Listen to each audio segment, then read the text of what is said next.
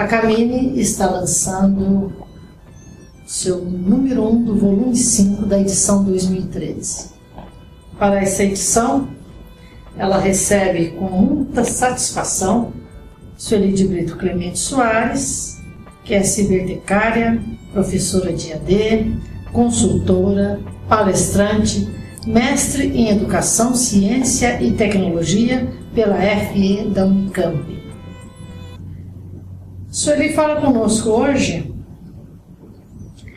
trazendo uma mensagem de otimismo, ou seja, de inserção de todos os estudantes, pesquisadores, estudiosos, é uma inserção na nova tecnologia.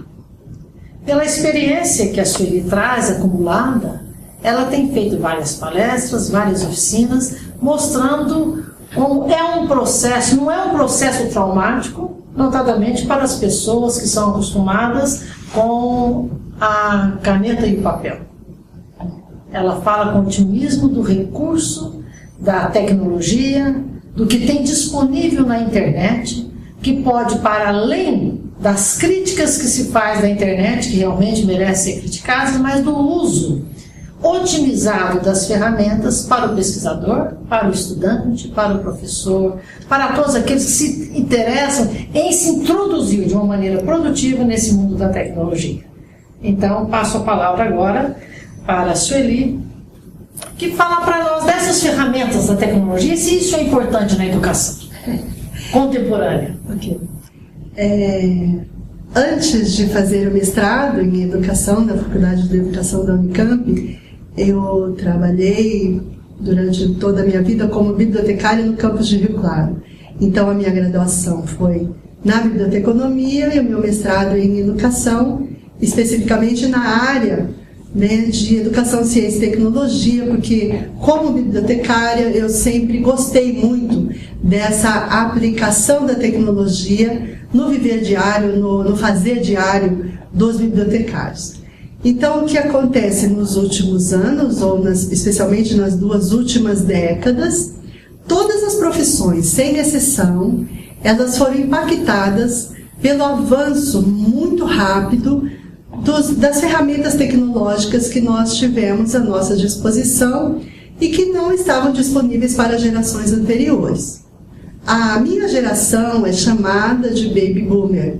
A minha geração, quando a minha geração nasceu, não existia, por exemplo, a televisão.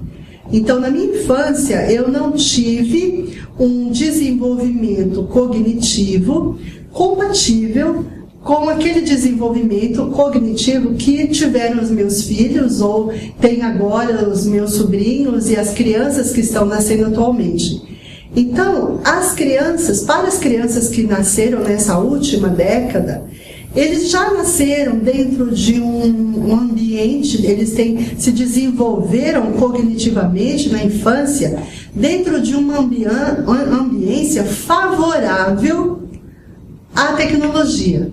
Tanto que para as crianças hoje, manusear um iPad, um iPhone, todos esses dispositivos móveis, táteis, para essas crianças, eles não estão manuseando tecnologia como é a tecnologia do nosso ponto de vista. Para eles é um ferramental comum, está no viver diário deles. Para uma criança, um dispositivo tecnológico que muitas vezes a gente precisa um determinado tempo para aprender. Eu digo as pessoas das gerações anteriores, especialmente da minha geração, então nós temos assim um tempo de aprendizado dessas novas tecnologias. Acontece que as crianças hoje, os jovens, os jovens que estão entrando nas faculdades hoje, eles já nasceram nessa ambiência, então eles não têm algumas dificuldades que as gerações anteriores tiveram. Então eles não necessitam mais de um processo de alfabetização digital que é necessário para as gerações anteriores. Então, o que acontece? Os seus professores normalmente são de gerações anteriores e apesar de terem o conhecimento do conteúdo a ser transmitido, a ser ensinado, a ser discutido em sala de aula, geralmente esses professores não dominam as novas ferramentas tecnológicas ou os dispositivos móveis e táteis que já são comuns para esses alunos que estão adentrando, especialmente nas universidades hoje. Então, o que nós temos? Nós temos um gap, nós temos uma interface aqui que precisa ser suprida de ambos os lados. As gerações anteriores, elas se animarem, estarem dispostas a acompanhar essa evolução, e isso é um processo, ninguém entra num cursinho de informática daqui uma semana domina isso, não. Ao longo do tempo, as gerações mais antigas, baby boomer, as gerações de quem tem, digamos, hoje 40, 50 anos ou mais. Então, as pessoas nessa faixa etária, elas precisam desenvolver uma motivação pessoal para dominarem aquelas tecnologias que lhes são afeitas, aquelas tecnologias que realmente seriam úteis para atividades que elas estiverem desenvolvendo naquele momento. Por outro lado, tem também a disposição das gerações mais novas de aprenderem com esses professores aquilo que eles têm de conteúdo e compartilhando com eles o conhecimento que eles têm natural dessas novas tecnologias. Então, digamos, são dois lados de uma mesma moeda que, se ambas as partes se complementarem, aí sim a gente vai ter um ambiente educacional realmente produtivo. Porque já é sabido, até pesquisas comprovam isso, que essas gerações mais novas, ou digamos gerações X, Y, Z, e a próxima geração seria chamada geração A. Então, essas novas gerações, apesar de dominarem todas essas tecnologias móveis e táteis, elas também têm uma certa dificuldade na concentração, vamos dizer, na elaboração de conceitos mais profundos que as gerações anteriores desenvolveram essas habilidades com maior propriedade. Então, são dois lados de uma mesma moeda, do momento informacional que nós estamos vivendo, que tem que se complementar. É natural que essas gerações mais novas, elas vão assumir as funções das gerações mais antigas, só que elas não podem desprezar aquele conhecimento já adquirido e já posto, já consagrado, porque na verdade elas são fruto deste desenvolvimento tecnológico feito por essas mesmas gerações. Então, a complementação de conhecimento de uma parte e da outra realmente é o que vai fazer com que a educação, especialmente a educação no Brasil, avance de uma forma que seja tranquila, rápida e eficaz. Sueli, você fala em educação produtiva, rápida, eficaz, porque a tecnologia, a nova tecnologia, ou sempre a tecnologia permite isso. Uhum. São convergentes as informações que estão à disposição com a formação da cidadania, da pessoa, do relacionamento, elas são convergentes? Porque há críticas a esse respeito. Sim, são convergentes desde que as pessoas estejam dispostas a absorverem o lado bom de cada uma delas. Por exemplo, um avião.